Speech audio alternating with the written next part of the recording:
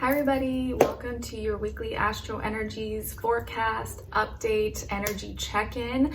I'm going to look into what's going on in the sky for all of us this week. So this is for February 24th till March 2nd. So we are transitioning slowly into March, my birthday season, my birthday month, which is really exciting. And after I film this, your March monthly readings will be coming up next.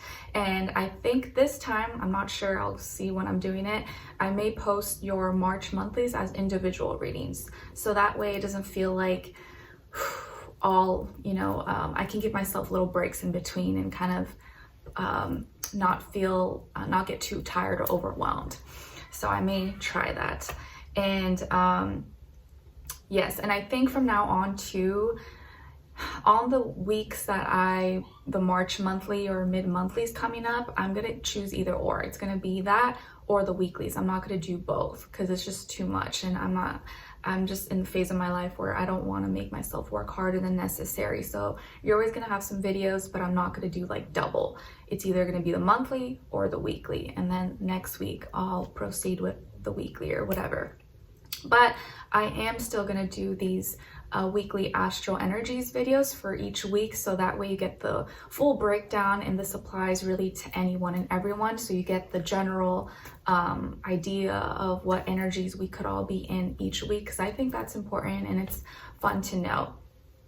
How's Pisces season treating all of you guys? Are you enjoying it? Do you not like it? Have you been having a lot of dreams? I know I've been having so many lucid dreams, and even my mom is an Aries. She texted me the other day and was like, Nicole, soñé con vos. My mom is Nicaraguan, so she speak to me in Spanish or text me, and I'll like read the text like the way she would say it. And so she basically was telling me she had a dream that I was pregnant and it was a girl. She's like, all right, is there something you want to tell me, Nicole? I'm like, no, Mom. I'm not pregnant. I just actually got done with my monthly cycle, but thank you. And I think she just has pregnancy and babies all in her mind because my cousin is due soon in March, I believe, with her first boy. So congrats, and she's a Pisces, and she's gonna have a Pisces boy, which is so nice. So congrats to my cousin. And I just actually finished filming as well a video I did that I was inspired by after watching that show 1883 that I'd shared with you guys about, I think, in a past weekly, about grief, and give you more of an uplifting perspective if that's something you're going through, or you know someone, or just want to know how to better navigate those emotions that we can go through in that time when you're grieving the loss of someone that you loved. And that show, something that was said in that show really stuck with me, and I felt like it would be nice to share that with you guys. Okay? All right, and don't mind if you hear noises in the background. Daddy's watching Sky Guy while Mommy does some filming, but he's in good hands. Okay, so let's get right into it. Okay, so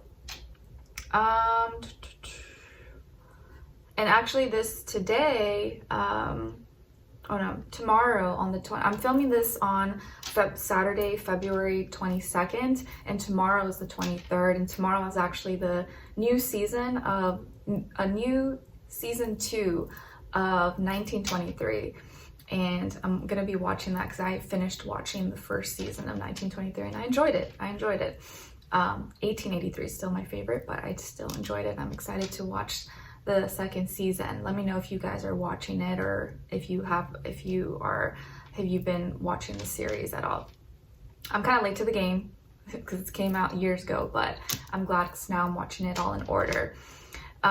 So we start off the week with Mars. Mars in Cancer has now gone direct. It went direct on the 23rd, which is the start of the new season. It's kind of nice that they did that, and they're starting that season 2 on 1923 on February 2023. I wonder if that was like done on purpose, probably. Okay, so we start the week now with Mars in Cancer going direct. And as you know, Mars does not do well in Cancer, but it was in retrograde. So now that it's going direct, it will help give us a little more passion and motivation. It's just we're gonna have to be in that energy and be feeling like up for it. We still might be moody about certain things, but if we want to do it, we'll do it. It's just more emotionally driven, especially with the Pisces energy helping it out. So on the 25th, we will have Mercury, that's in Pisces, conjuncting Saturn, that's also in Pisces. And you guys remember, I've already shared it last week or the week before. We have the Sun in Pisces, Mercury in Pisces, Neptune in Pisces, Saturn in Pisces, the North Node, asteroid series.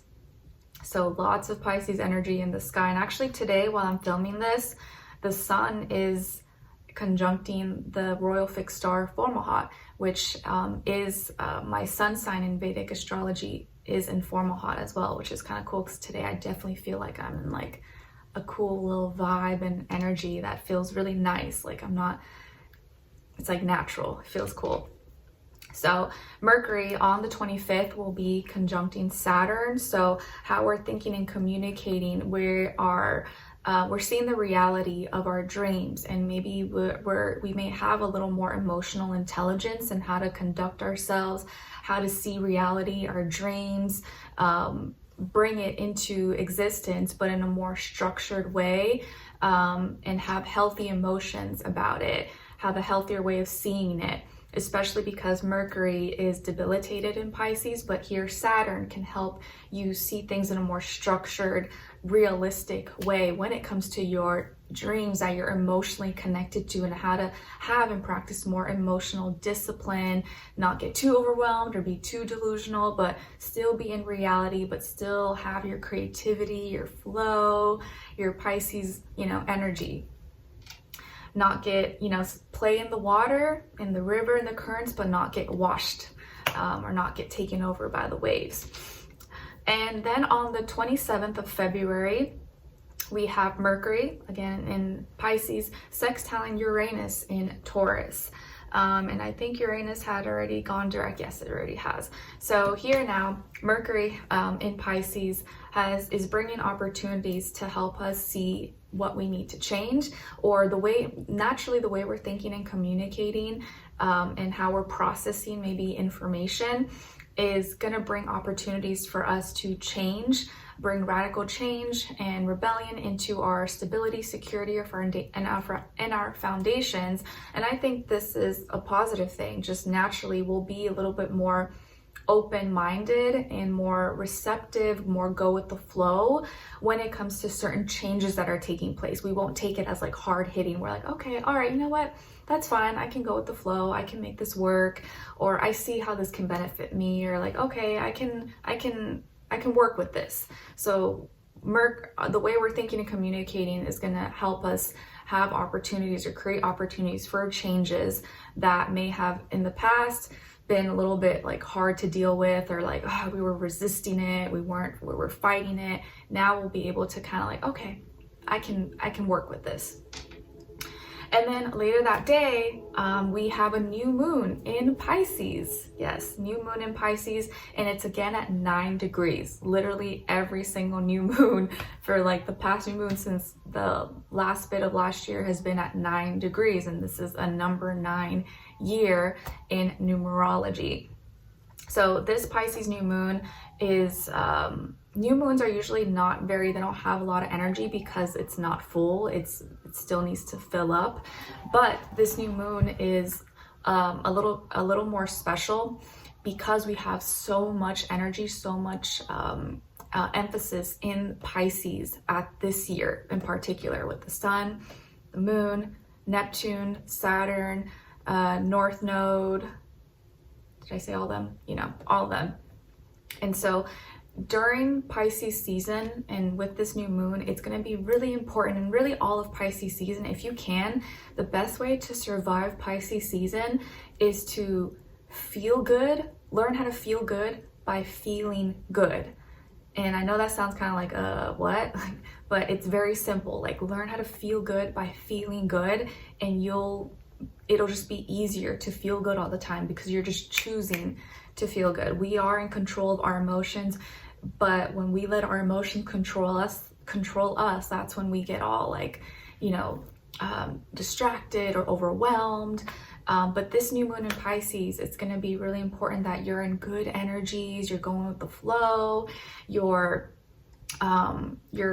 what you're absorbing, what you're feeling is positive things, or at least your perspective about whatever it is that you're going through. Like, be gentle with yourself, practice kindness, and just like that tale of the two wolves that I've shared with you guys before with certain signs, that was I think a tale told by the Native Americans, the Cherokee, how that those two wolves represent the battle within us, within each person, the good and the bad.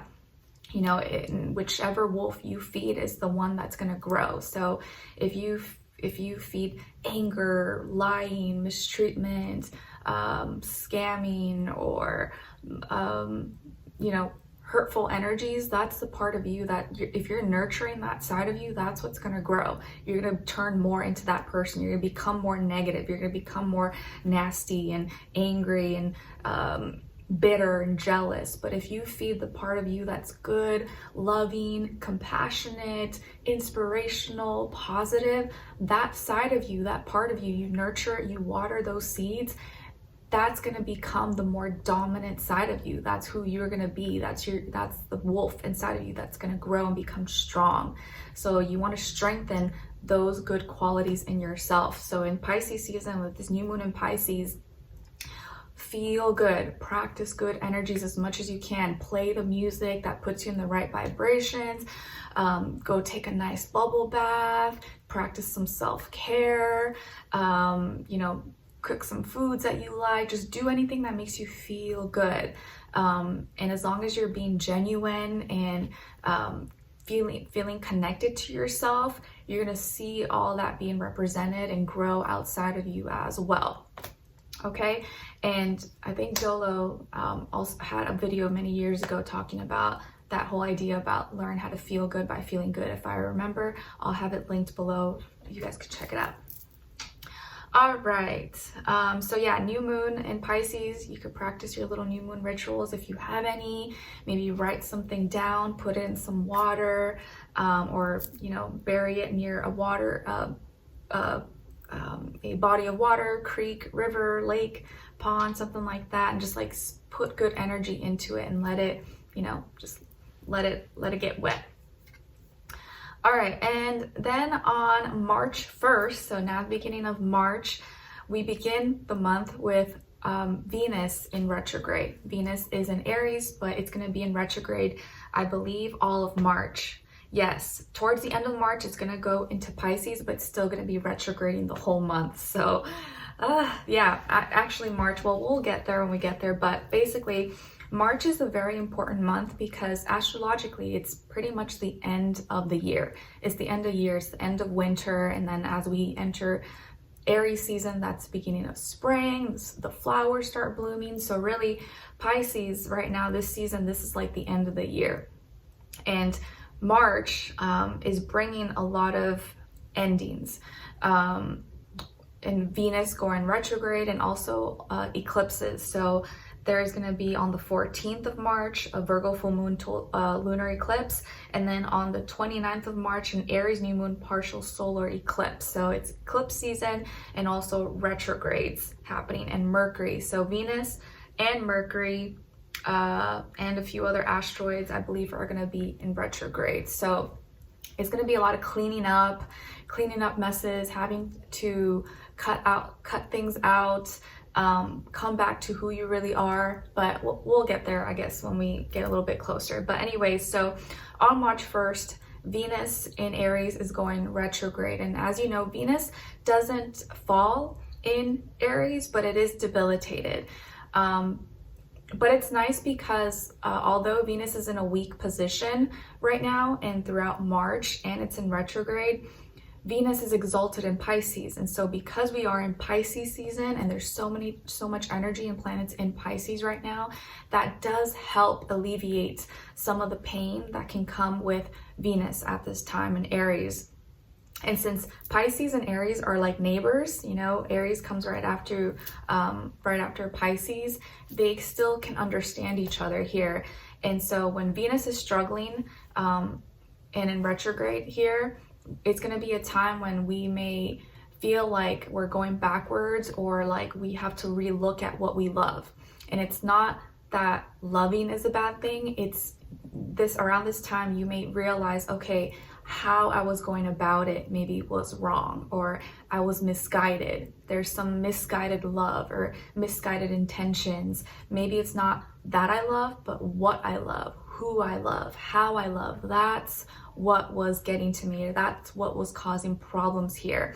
Because Venus and Aries can bring a lot of misguided love, misunderstandings, narcissism, selfish desires, or people just not understanding your intentions, not seeing how what you need or what they need. And it can come off maybe aggressive or angry, or again, just misguided. So Venus in retrograde during March, I think, is serving as a way for all of us to see where our love has been misguided, or where we've been loving and putting love in the wrong things, in the wrong relationships, or maybe been attracting the wrong kind of people in our lives. And it's not that we have to be stone cold hearted and like screw love, screw relationships, I hate men, I hate women. No, it's just that maybe you need to choose better. Maybe you need to fix how you view love, or what your definition of love is. It's not all sunshine and rainbows. It's actually choosing every day to love this person, to show up for them through the ups, through the downs, not just when it's convenient, not just when they get you flowers and chocolates. Love is actually a very painful thing. It's not just like peaceful love and rainbows. So Venus in retrograde, yeah, it might be a little bit tricky for love matters, and we may kind of be at battle with what we love, and all that's being maybe kind of like deconstructed so that it can be reconstructed in a healthier way. And then on March 2nd, March 2nd, Mercury in Pisces will be conjuncting the North Node. And this is the last time that Mercury in Pisces will be conjuncting the North Node, because the next day on March 3rd, Mercury is actually going to go into Aries. So there will be a lot more Aries energy as we start March off.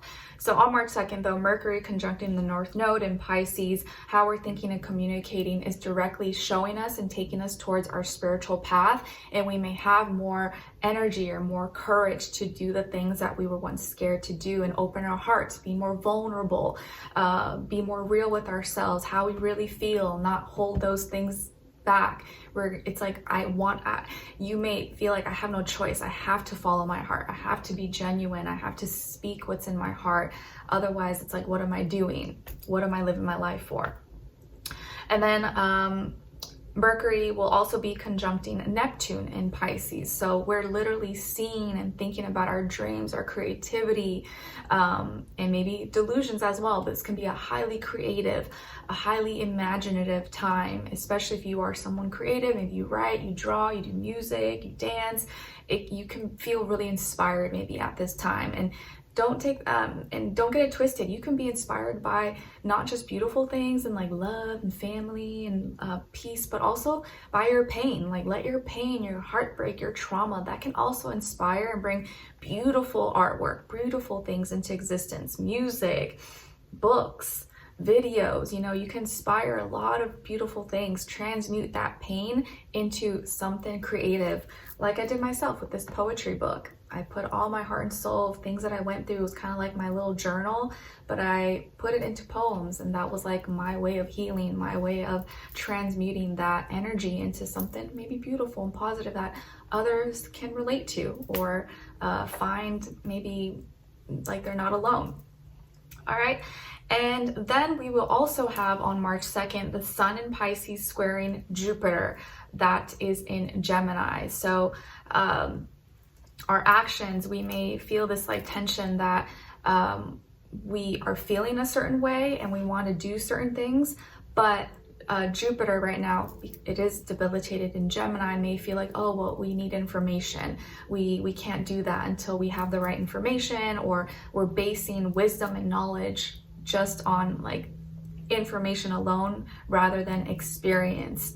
And so here the sun is having a little bit of friction with Jupiter because our actions are telling us to do something, to be guided by our heart, you know, like we're more emotional, we're more emotionally driven and guided. But Jupiter is like, no, that's not logical. You're being too emotional. You're being logical. This is what it says. This is the manual in the book. This doesn't make sense. Like, put your emotions to the side. And the sun in Pisces is like, no, I don't want to hear your logic right now. That's not the wise. I don't think that's wise. So both of them are kind of having to work together or make it work. All right. And that is all, I think, for this week. Yep. And then after I post this, next week will be the March monthly for each and every zodiac sign, so that I will have that up and posted for you guys, hopefully before March. Okay, I don't know if you can hear the sirens, but I almost feel like that's like a sign, like, get ready, March might be a wild one. All right, so I'll see you guys in your March monthlies. Wish you a great week. Happy birthday, my fellow Pisces, and I'll talk to you soon. Bye.